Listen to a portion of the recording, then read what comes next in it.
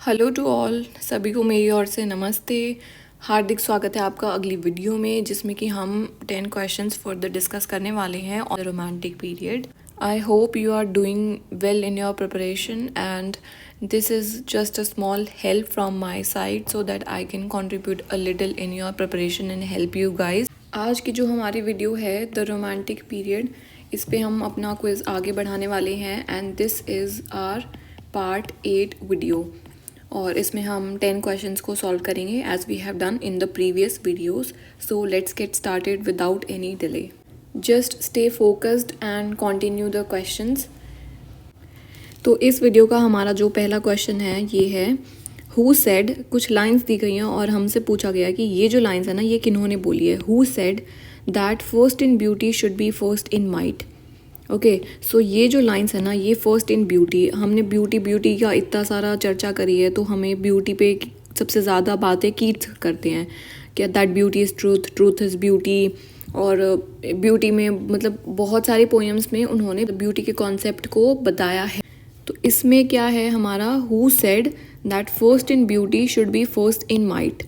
Okay, so this statement is not said by Robert Frost. Robert Frost कौन थे? He was a American poet. और Robert Frost के तो poems बहुत सारे बच्चों ने ऑलरेडी पढ़ भी रखे होगी, जैसे कि मेंडिंग वॉल्स है, उनकी जो बहुत इंपॉर्टेंट पोएम्स है that is mending walls.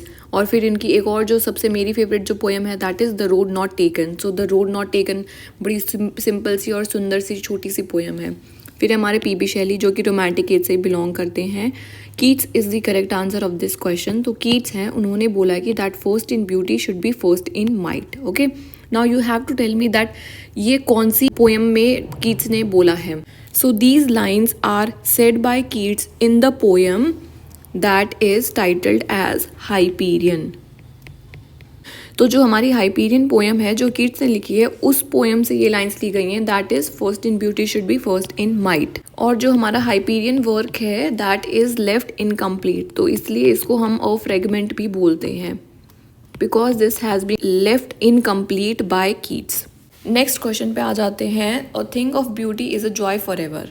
Okay, so फिर से ब्यूटी के बारे में बात करी जा रही है जिसमें in which poem of Keats the above line appears and they have asked कि ये जो लाइन्स हैं ये कौन सी पोएम में अपीयर करती हैं कीट्स की। Now first we will look at the options. पहला हमारा जो ऑप्शन है वो है लामिया। तो जो लामिया है it's a narrative poem. Okay, you have to remember that it's a narrative poem which is written by Keats. Second जो हमारा ऑप्शन दिया हुआ है वो है एंडीमियन। एंडीमियन की पोएम पे मैंने पहले भी डिस्कस करा था कि जो इसका जो सब टाइटल है that is a poetic romance. Oh poetic romance. और ये क्वेश्चन ऑलरेडी आ भी चुका है कि व्हाट इज़ द सब टाइटल ऑफ एंडीमियन। अब इसमें हमने क्या देखना है कि जो एंडीमियन है इस पे we will have a glance at the poem Endymion. Endymion में क्या देखा था हमने कि एक शेफर्ड के बारे में बात हो रही थी एंडीमियन पोएम में। नेक्स्ट है हमारा व्हेन आई हैव फियर्स। ये पोएम भी कीट्स ने ही लिखी है। And I had a dove, this poem is also written by Keats.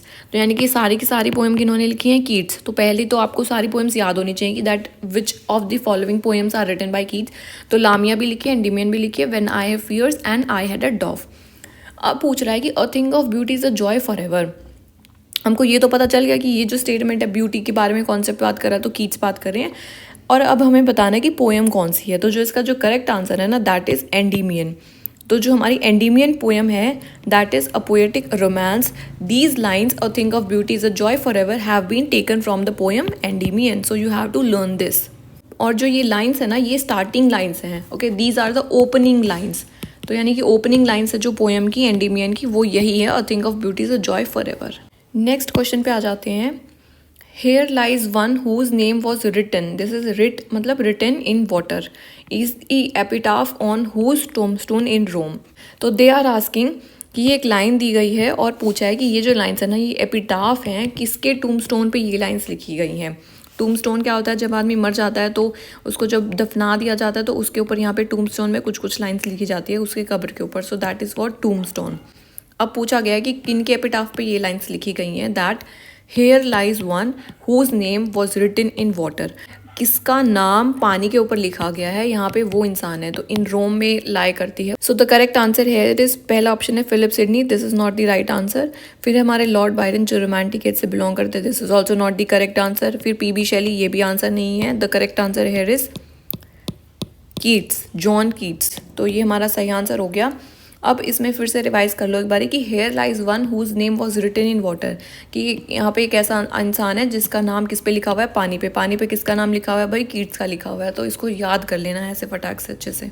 Next question पे हम लोग आ जाते हैं, हमारा 74th क्वेश्चन, यानी कि 4th question of this video. Which of the following works of Keats is the story of the elopement of two lovers. तो यानी कि कुछ ऑप्शंस दिए गए हैं और हमसे उसका स्टोरी लाइन दे दिया गया है और पूछा है कि कौन सी पोएम में ये वाला सब्जेक्ट मैटर डिस्कस करा गया है। कीट्स की पोएम है सारी की सारी, पहले पोएम्स देख लो। इजाबेला हो गई पोएम। इजाबेला में क्या था कि इजाबेला का हमने सब टाइटल भी याद करा था। व्हाट वाज द सब title, the pot of basil, okay.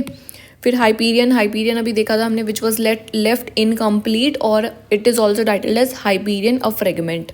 Third option है हमारा the ewe of Saint Agnes, और फोर्थ ऑप्शन है हमारा Lamia which was the narrative poem. So all these 4 poems are being written by Keats, पहली बात हो गई। अब दूसरा बात क्या पूछा है कि स्टोरी कौन सी है, इलोपमेंट ऑफ टू लवर्स, यानी कि there are 2 lovers in the story who have eloped, ran away.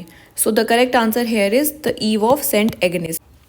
So Isabella की अगर बात की जाए, in this story the lover was being murdered by the family of Isabella and she put those ashes in a pot. और Hyperion का तो देख लिया था हमने already, that it was a incomplete poem, it is an epic poem. Second thing इसके बारे में क्या है कि it tells the despair of the Titans after their fall to the Olympians. तो टाइटन्स और ओलंपियंस की स्टोरी है, तो इसमें ये तो हुआ नहीं कि जो हमारा क्वेश्चन पूछ रहा है हमसे। In the poem the ewe of Saint Agnes, ये पहली बात तो स्पेंसेरियन स्टैंजाज में लिखी हुई है। This thing also you have to remember that it is written in Spenserian stanzas. Second thing क्या है इसमें कि जो वो 2 लवर्स है उनका नाम भी आपको देख लेना है कि उनका दोनों का नाम क्या है, that is also very important.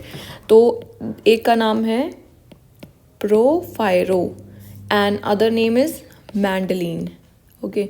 तो जस्ट रिमेंबर कि Porphyro and Madeline, PM prime minister, Porphyro and Madeline, ये हो गए हमारे 2 lovers who elope from their family.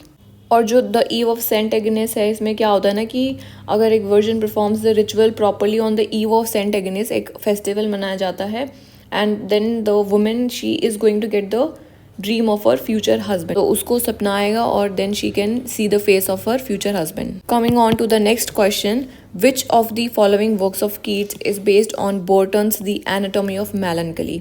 अब जो ये बर्टन है, he has written a work which is titled as the anatomy of melancholy. तो this also you have to learn कि who wrote the work the anatomy of melancholy, it is written by Burton।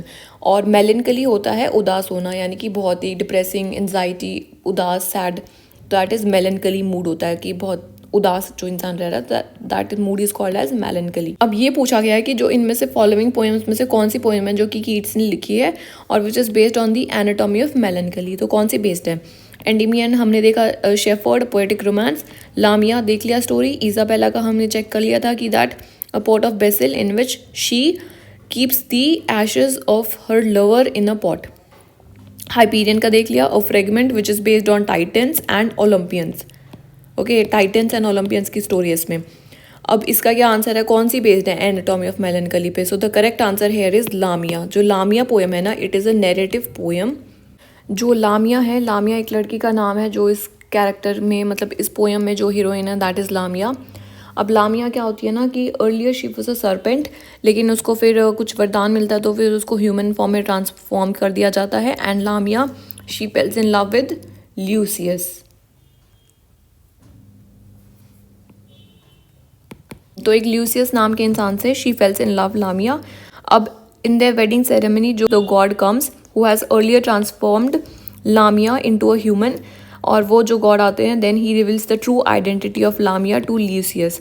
अब Lycius इतना दुखी हो जाता है, इतना दुखी हो जाता है, इतना दुखी हो जाता है that he dies because of melancholy, because of grief, मतलब because of the pain that Lamia has with hold her true identity. तो एज यू कैन सी कि जो स्टोरी ही है जिसमें कि जो लामिया है अब उसकी ट्रू आइडेंटिटी रिवील होती है, तो जो लूसियस है वो ग्रीफ के मारे मर रहा है, तो मेलनकली पे बेस्ड है। और बर्टन की कौन सी बुक पे बेस्ड है? The anatomy of मेलनकली। Next question पे आ जाते हैं। Keats took the Endymion story from, पूछा गया है कि जो एंडीमियन जो पोयम है जो कीट्स ने लिखी है, एंडीमियन इसका पूरा टाइटल क्या था? अ poetic romance which is based on the life of a shepherd who falls in love with the goddess. Okay, so this is the storyline of Endymion, a poetic romance written by Keats. Now they are asking that it is based on which legend? Is it based on Greek mythology या फिर Italian या फिर Irish या फिर Roman? तो what is the correct answer? एक और बात जो इसमें याद रखने की है कि जो Endymion poem है it has been dedicated to Thomas Chatterton. और थॉमस चैटरटन के बारे में मैं पहले ही बता चुकी हूँ that he was very young poet who died by committing suicide at the age of 17। तो इन्होंने सुसाइड कमिट कर ली थी because of the poor financial circumstances, and the correct answer here is that it is based on the Greek mythology. Okay, so the poem is based on the Greek mythology which is Endymion which is written by Keats. एक और जो इसमें important point है वो याद रखने है इसमें कि that it is a quest narrative. क्या है ये? एक क्वेस्ट नैरेटिव है, और जो इसकी सेटिंग है, the setting of this poem is on the mountains.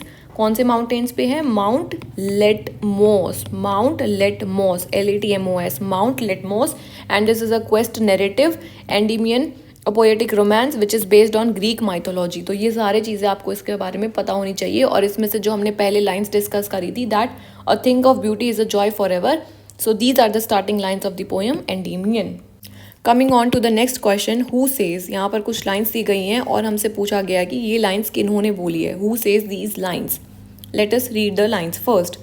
I am certain of nothing but the holiness of the heart's affection and truth of imagination. Okay, so I am certain of nothing but the holiness of the heart's affection and truth of imagination. So जो ये line है the truth of imagination, इस question में क्या है कि truth of imagination जैसा बात की जा रही है। तो ट्रूथ हमने देखा था कि that beauty is truth, truth is beauty, so these are the repetitive lines which are being said by Keats. And यहाँ पर भी ट्रूथ ऑफ इमेजिनेशन के बारे में बात हो रही है, तो हमें पता तो चल गया कि that these lines are being said by Keats. Coleridge का जो क्रिटिसिज्म का वर्क है that is titled as Biographia Literaria. क्या है उसका टाइटल? Biographia Literaria. और वर्ड्सवर्थ का तो हमारे को पता चलता है from the preface to Lyrical Ballads. Okay, और फिर कॉपर का कुछ नहीं है, बस यहाँ पे कीट्स का है। और ये हमने देख लिया है कि ये लाइन्स किन्होंने बोली है? कीट्स ने बोली है। लेकिन ये लाइन्स कहाँ बोली है उन्होंने? These lines have been said by Keats in which work? तो उन्होंने एक लेटर लिखा था, letter to his friend, and in that letter he has mentioned these lines and he has expressed his views on poetry कि उनके क्या विचार है पोइट्री पे, कैसा होना चाहिए, क्या वो सोचते हैं पोइट्री के बारे में। तो अपने फ्रेंड को एक लेटर लिखते हैं और through those letters we come to know that what are the views of Keats on poetry. Next question पे आ जाते हैं। नेक्स्ट क्वेश्चन में क्या पूछा है? Which work of Keats deals with the murder of a ladies lover bye her 2 wicked brothers. तो कौन से ये स्टोरी प्लॉट दे दिया गया है और हमसे पूछा कि कौन सी इनमें से करेक्ट आंसर है, कौन सी पोएम में ये वाला स्टोरी प्लॉट डिस्कस करा गया है। क्या स्टोरी प्लॉट है कि उसमें क्या होता है? It deals with the murder of a ladies lover, यानी कि एक लेडी है और उसका लवर है, उस लवर का मर्डर हो जाता है बाय किसके द्वारा? बाय हर 2 विकेड ब्रदर्स, उसके जो 2 चालाक भाई हैं, they murder the lover of the lady. Now this is a very simple answer, और अभी ऊपर भी मैंने बहुत बार इसको डिस्कस कर चुकी हूँ। तो एंडीमियन में तो देखा हमने शेफर्ड है जो कि Fehling in love with the goddess और उनके पीछे पीछे भाग रहे हैं, तो क्वेस्ट नैरेटिव है, तो ये तो आंसर नहीं हुआ। नेक्स्ट ऑप्शन हम देखते हैं ईजाबेला। ईजाबेला में इसका क्या सब टाइटल था? Port of BECIL. इसमें हमने देखा था कि जो ईजाबेला है जो उसका लवर है, यानी कि Isabella is the lady and her lover has been murdered by her 2 wicked brothers, और जिनकी एशेस को वो उस पोर्ट में रख देती है। So Isabella is the correct answer. Hyperion का हमने डिस्कस कर लिया था that it is based on Titans and Olympians. और लामिया का देख लिया था कि लामिया क्या है? एक नैरेटिव पोएम है जिसमें कि जो लामिया लड़की होती है she falls in love with Lucius, और ल्यूसियस भी falls in love with Lamia, but जो लामिया होती है वो ओरिजिनली एक सरपेंट होती है, लेकिन एक वरदान के थ्रू वो एक इंसान में ट्रांसफर हो जाती है। And on the day of their wedding जो गॉड आते हैं और लामिया की ट्रू आइडेंटिटी को रिवील करते हैं, और जो ल्यूसियस होता है वो हमारा बेचारा दुख के मारे मर जाता है. And we have already discuss that it is based on the which work, the anatomy of melancholy. Now you have to tell me again here कि एनाटॉमी ऑफ मेलनकली किन्होंने लिखी थी. Just guess the answer, right. Next question पे आ जाते हैं. यहाँ पर हमें एक टर्म दी गई है दैट इज़ नेगेटिव कैपेबिलिटी. क्या टर्म है हमारे पास? Negative capability. और हमसे पूछा है कि that this term was given by whom. तो ये एकदम इंपॉर्टेंट क्वेश्चन है, एकदम वेरी वेरी इंपॉर्टेंट क्वेश्चन है. And you have to learn the term कि ये किन्होंने दी है. नेगेटिव कैपेबिलिटी बहुत फेमस टर्म है और इंपॉर्टेंट टर्म है in terms of literature. Coleridge ने नहीं दिया है इसको, एलियट ने भी नहीं दिया है, वर्ड्सवर्थ ने भी नहीं दिया है. The correct answer here is Keats. Keats is the one who has coined the term negative capability. और जो ये टर्म है negative capability, this term has been coined in the letters. I've already told you that he wrote so many letters to his brother and to his friend, और उनमें से एक letter में उन्होंने इस टर्म को कॉइन करा है negative capability. Now to understand the term negative capability हमें दूसरे लेक्चर्स में देखना पड़ेगा. बस यहाँ पर मैं एक बात बताना चाहती हूँ, जैसा कि इसके नाम में है ना नेगेटिव कैपेबिलिटी, तो ये नेगेटिव नहीं है. अगर कोई इंसान है, कोई राइटर है जिसके पास ये नेगेटिव कैपेबिलिटी है, तो इसका मतलब कि वो एक अच्छा राइटर है. और कीट्स ने शेक्सपियर जो हमारे हैं उनको बोला कि उनके पास ये नेगेटिव कैपेबिलिटी है and therefore Shakespeare is a good writer. इस वीडियो का हमारा जो लास्ट क्वेश्चन है वो है 80th क्वेश्चन. इसमें क्या पूछा है कि who died of tuberculosis. Now इतना रैंडम क्वेश्चन है, अगर ये पेपर के बीच में आएगा तो it feels like a problem. लेकिन जस्ट टू रिमेंबर कि जो ट्यूबरक्लोसिस है वो कॉलरिज का, अगर देखा जाए तो Coleridge was addicted to opium, क्योंकि उनको मेडिकल प्रिस्क्रिप्शन था, लेकिन बाद में उनको आदत पड़ गई थी, तो he died of that. Southey is not the right answer. फिर है हमारा कीट्स का देखा जाए तो he died at the age of 25. तो 25 की उम्र में ही उनकी डेथ हो गई when you are preparing for the exam, है ना. और अब ये कीट्स हैं, ये टीबी से इनकी मृत्यु हुई थी. जो पहले के लोग थे ना, काफ़ी उनको टीबी से बहुत ज़्यादा प्रॉब्लम है. टीबी का तब तक सोल्यूशन नहीं आया था, वैक्सीन्स नहीं थी और मेडिसिन भी नहीं थी. So therefore so many poets and so many writers have died because of TB. So here the correct answer is Keats. Keats died of tuberculosis at the age of 25. Shelley is not the right answer. Thank you all. I hope that you solved these 10 questions, and till then keep on revising these questions and always remember that practice makes the human perfect. और exercise करना बिल्कुल मत भूलना, because health is also your wealth.